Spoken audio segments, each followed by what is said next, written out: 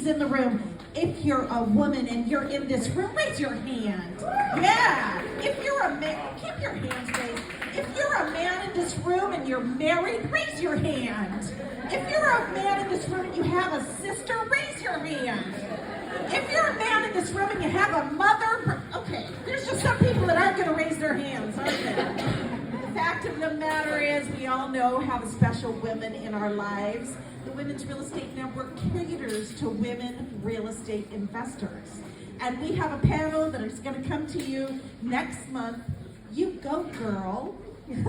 Meet women who rock in real estate. These are women who've been in real estate for a long time. Our panel includes me, the founder of Ren. I actually started here as a flipper. Honestly, what was it? 13 years ago? 114 years ago. 114 years ago, he was my mentor. Whoa! And then I went on to flip